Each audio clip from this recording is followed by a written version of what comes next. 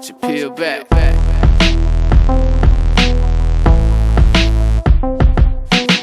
What's going on, guys? My name is Frito, also known as the self-proclaimed motherfucking king of posting onto Thunderstruck Gaming.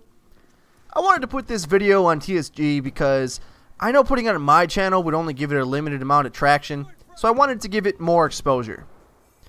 This video, it's kind of like my baby. I just want to see it grow up and make a difference in the world. Become president. Anyway, what is hashtag TDM125? It is a movement to help an improving game get closer and closer to absolute perfection. Some have voiced this opinion before, Thunder included, a lot of other people. Hell, on one of my first Black Ops 2 videos, I said it as well. The score per kill in TDM should be raised. But this video is for more than that. It is about saving TDM, but it's also about balance. Because there's no reason that objective modes should easily be able to get score streaks, but TDM it should feel impossible. That's fucked up. First, it should be noted that unlike others who champion this cause, I am not a league hater. I don't bash the esports initiative, nor do I laugh and mock at the attempts of Treyarch to forcibly push Call of Duty into an esport. Quite the opposite, seeing as I've gotten into Masters rank for every season in Black Ops 2 League thus far, and I'm trying to be a shoutcaster myself. I love competitive COD, but there's a reason why TDM isn't played at MLG. And honestly, there shouldn't even be a league-ranked TDM either, but that's a whole nother bag of shit for another day. TDM is the most casual of playlists, inhabited by those learning the game, hanging out. They're usually inebriated in one way or another, but they're unwilling to concentrate on holding and taking objectives, and would instead prefer to focus on staying alive while slaying others. It used to have a cool, chill mood, but what Treyarch has done is turn TDM into a stripped-down playlist, where the gameplay may be even slower than that of Search and Destroy, but without objectives to boost the score streaks are even harder to get. And what is Treyarch's point in all this? So that TDM would be a gun-on-gun only playlist? Why? The community loves what you've done to the score streak system for every other game mode. Players like me, who have fought for years, tooth and nail, trying to cap B flag, taking fire from every location, killing 2 to 3 opponents in the process, are just now, years into COD's lifecycle, being paid fairly for our efforts. For instance, in Black Ops 2, 2 offensive kills and a flag cap is worth 600 points. That's an instant Hellstorm missile, which takes 6 kills to get elsewhere, making the objective player rewarded fairly for the dirty work they do.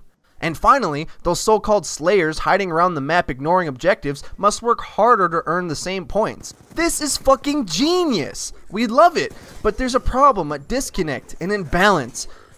In these objective modes, good players are quickly rewarded for their efforts, but then why are kills worth so much less in TDM? You see, when the best you can earn in TDM per kill is 100, essentially what that does is flatten the entertainment value, make it even harder for good players to carry their team. Why can I go on a 10 streak for a Lodestar in Domination, but need 15 to get the same air support in TDM? Treyarch, listen, I love you guys. What you've learned is that in objective modes, it is hazardous to cap flags and play the middle of the map. You have gone to great lengths to reward this play. But what you're failing to see is, in TDM, it is treacherous to go anywhere on the map. There's danger around every corner, because careful TDM opponents can shut down all motion whatsoever by playing passively. And they do. We all know them. The players we love to hate, the campers. It is for this reason that TDM kills need to be equally compensated for their worth. Going out and getting kills is hard in TDM because most players are gonna hide. They want to play to save their own ass. TDM is basically like Search and Destroy, where everybody plays like every death counts, and it does. But there's also another problem, something you may not have realized. When streaks are this hard to get, once the game starts to reach midway, if you haven't already reached part of your streak, you're never going to reach it. And if you do, it's going to have little to no impact to the game whatsoever. Not only is this type of TDM boring, it makes it nearly impossible for a good player to carry their bad teammates. Unlike in objective modes, where a good player can more easily put up air support required for the victory. What has happened is that the only relevant streaks to run in TDM are the low ones. Nothing else is viable. Why? In other game modes, the high ones make major impacts into the game, and it makes the game fun. Why should good players get to drop lodestars over spawning domination players fairly easy, yet TDM players must scratch and claw to get a V-set? And I'm not exaggerating. True story. I played TDM for like 5 hours one night and got maybe one V-set, left TDM, went to domination, and pulled a VTOL warship on the first round of domination. Rather easily, might I add. It is unbalanced, unfair, and frankly, not much fun. I mean, it's not like the score streaks dominate. There are many ways to easily counter them all, not to mention the fact that many maps have buildings that TDM players will just hide in anyway, making the score streaks irrelevant. At least let us pull them out and have some fun with them. Pull them out, that's what she said. I have two solutions to this problem. One is obvious, well known, and in the name of the movement itself, raise the score per kill to 125. That would solve most of these problems, silencing most complaints, and the community would rejoice. However, there's another solution that could be implemented as well, or instead of that. The solution would be to give more score to players for their score streak kills and assists. This idea might sound crazy, and listen, I understand why score streaks don't give much score when you use them. In objective modes, it would distract from the objective-centric play, what you're going for. But the thing is, in TDM, getting kills is the objective. And therefore, putting up air support for your team doesn't just give you map control, it literally affects the score of the game. For instance, if smaller score streaks would be able to build upon one another a little easier, it would help the flow of the game. Say if you raise the score per kill for a Hellstorm missile to 100, you drop that, get like 1 to 2 kills with it, you're only 3 off a stealth chopper.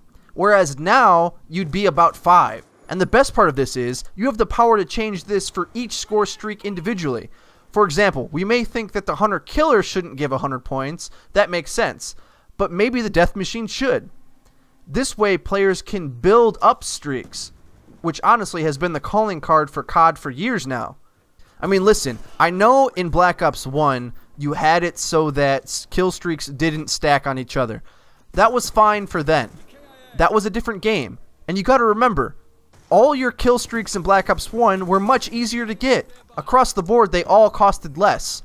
I mean, let's compare. What, dogs are worth 17 in this game and aren't even as good as the Black Ops 1 dogs? And dogs were worth 11 in that game? Huge differences. Come on now. This would make the game mode more fun to play. And at the end of the day, all this would change is help stronger players carry their team in the same fashion that they can in objective modes. Can we start rewarding the good players like we used to? Thanks guys, hope you enjoyed the video. Please stop over at my channel. By the way, if you thought my aim sucked in this video, you're right, it did. I wasn't really trying, but also I'm using an Afterglow controller. Never buy an Afterglow controller. My name is Frito. I don't do outros. Afterglow controllers are terrible. I hate them.